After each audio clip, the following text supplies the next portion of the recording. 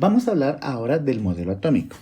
El átomo, como bien lo conocemos, es la parte más pequeña de la materia.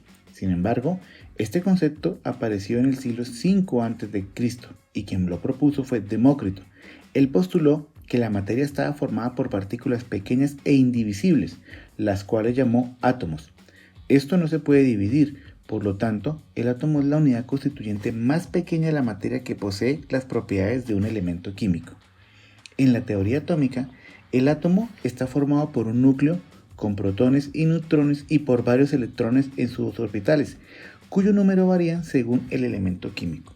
Es decir, nosotros tenemos un átomo, pero el átomo está dividido en dos partes, núcleo y corteza, y el núcleo, a su vez, tiene protones y tiene los neutrones, y la corteza tiene toda la parte de los electrones. Esto nos llevó que en el siglo XIX el químico inglés J. Dalton retomó la teoría de los átomos en su teoría atómica, en la que consideró que eran esferas indivisibles y elementos constituyentes de la materia, y le permitió a Dalton, en 1808, enunciar su célebre teoría atómica con los siguientes postulados. El primer postulado decía: la materia está formada por pequeñas partículas separadas e indivisibles llamadas átomos.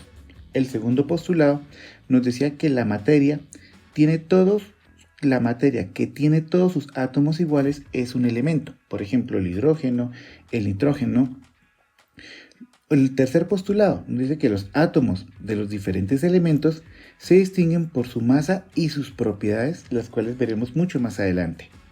Los átomos de un elemento distintos pueden unirse con cantidades fijas para originar compuestos. Y los átomos de un determinado compuesto o átomos compuestos son también iguales en masa y en propiedades. Años más tarde, en 1811, el químico italiano Amadeo Avogadro denominó moléculas a los átomos compuestos de Dalton, y él dijo lo siguiente: si yo tengo moléculas de hidrógeno formadas por dos átomos de hidrógenos iguales entre sí, tengo una molécula.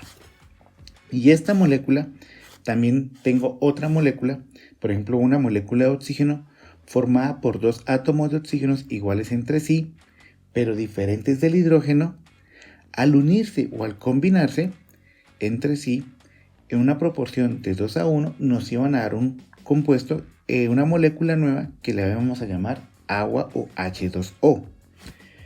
Ahora, para resolver esta situación, las partículas dentro de los átomos surgieron a partir del siglo XX, después de distintos modelos atómicos. Y algo muy importante es que se establece que un modelo es la simplificación de la realidad utilizada para explicar los hechos experimentales.